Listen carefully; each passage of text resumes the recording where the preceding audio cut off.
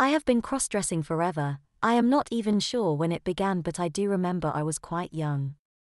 Being an only child, it was usually my mother's clothes in the beginning until I got old enough and brave enough to buy my own. After college I got my own apartment and proceeded to indulge myself as I wished, sometimes a lot, sometimes not for weeks. As I grew older I grew apart from my parents in spite they only lived a couple of miles from me. I would see them on the usual family holidays and that is about it. In spite of the youthful age, they were only 20 when I was born. They had already started to plan their retirement, buying a beautiful home on Lake Michigan about 2 hours drive away, then the bottom dropped out.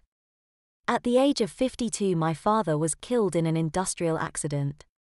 My mother was devastated and sold their home and moved to their place on the beach. Thankfully, between what they had saved, my father's investments and the settlement from the accident, Mom would never have to worry about money. My father's death shook me and made me realize my own mortality even at the age of 32. I began to get deeper into my cross-dressing and exploring my feminine side. I started going out, first just for drives at night, then to clubs where TGs, although that term was not in vogue at the time, and eventually into the light of day. I went anywhere fam I chose, whether it to be a movie, the park, and yes, even the stores and malls. From that point Beth never had to settle for something her boyfriend bought her, but instead shopped for her own clothes. Being only 5 feet 7 inches and 140 pounds, I could pass fairly well and never had any problems. At this time I also started to truly establish Beth's persona and personality.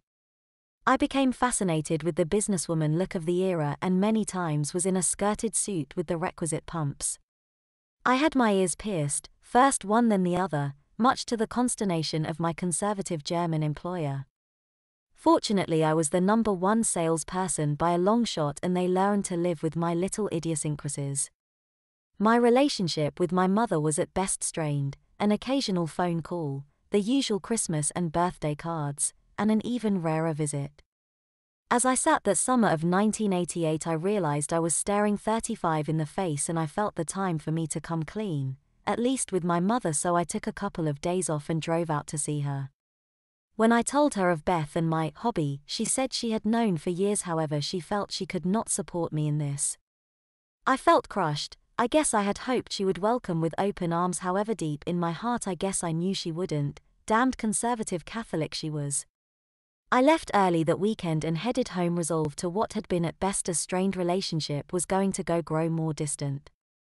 It was a couple of weeks after that I was home one evening when the phone rang. It was my mother. She told me she was sorry we weren't closer and how she admired my courage to come out to her even though I should have done it years ago. We talked for almost an hour and when she got ready to hang she told me she loved me, something I hadn't heard in years from her.